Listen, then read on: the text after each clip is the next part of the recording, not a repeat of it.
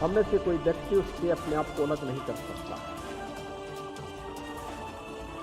हमें करना भी नहीं चाहिए। हमें उस मानसिकता से भी उभरना पड़ेगा कि तकनीक आएगी तो रोजगार के अवसर कम करेगी। नहीं, तकनीक आएगी, रोजगार के नए अवसर अपने आप ही जुड़ जाएंगे। हम अपने आप को तैयार तो करें उसके लिए।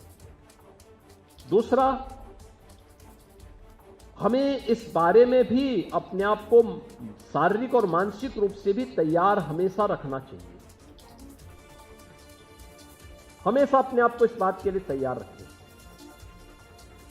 आज जो दो चुनौतियां हमारे सामने, युवाओं के सामने हैं, एक नशा, यह ड्रग का भी नशा हो सकता है और यह आपका स्मार्टफोन का भी नशा हो सकता है। इन दोनों नशों से बचिए। जितना बच पाएंगे उतना ही आप अपने आप को भी बचा पाएंगे, देश के भविष्य को भी बचा पाएंगे और अपने परिवार, अपने समाज और अपने राष्ट्र के प्रति अपने उत्तरदायित्वों का निर्वहन कर पाएंगे। तेजी के साथ नशा माफिया युवा पीढ़ी को अपनी चपेटे में लेने का कुत्सित प्रयास करता है। अकादमिक संस्थाओं को उसके प्रति उतना ही अलर्ट रहना पड़ेगा। युवाओं को उसके खिलाफ एक नई लड़ाई लड़ने के लिए अपने आप को तैयार करना पड़ेगा, क्योंकि देश का दुश्मन किसी न किसी रूप में आपके बीच में घुसना चाहता है। उसको हम अवसर न दें।